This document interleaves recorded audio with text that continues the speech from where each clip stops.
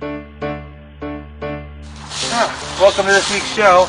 This week we're diving back into the woods for a crash course on camouflage. Now we got a lot to cover this week, so let's just get right into it, shall we?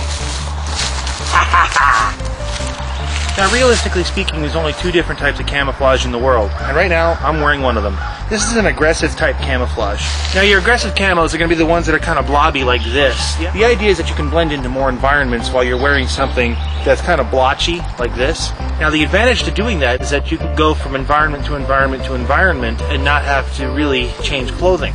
The disadvantage, of course, is that it doesn't work in very specific environments, or it doesn't work quite as well in specific environments. Now aggressive camouflage works by trying to match more backgrounds using color and stripes and blobs and such. How effective is it in any given background? Well, you tell me, huh? Now solid colors also fall under the aggressive category, but not for the same reason. Again, it's just trying to match colors to your background. Now that's the first kind of camouflage. Let's take a look at the second. Yeah, I do have a lot of camo. Why do you ask? Now this is of course the second type of camouflage, also called a passive camouflage. Passive camouflage works by looking like its background, by matching it in a photorealistic kind of way. Now the advantage to using a passive camouflage system like this is that in its environment, this is the best thing that you can use. However, if you leave the environment, it's not going to work just as well. For example, advantage is best on leafy terrain. I don't think so. A lot of hunters use stuff like Realtree and Advantage is because they work specifically for one environment and they work great in that environment. This is the best thing when you're in the right place at the right time. I'm a tree. I'm a tree. Really, I'm a tree. You're not buying this, are you?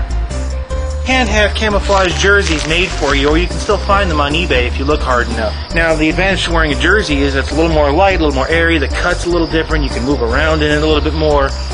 Now this works in the same way that aggressive camouflage works, but the disadvantage is if you're playing in the woods, these things can get shredded up in the woods if you're not careful.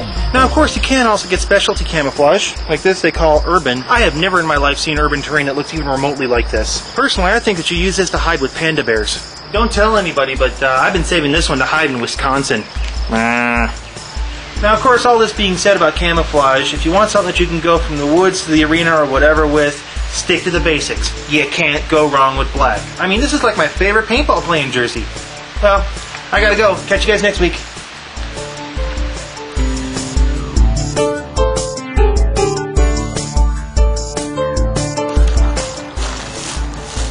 You don't see me, I'm wearing camo.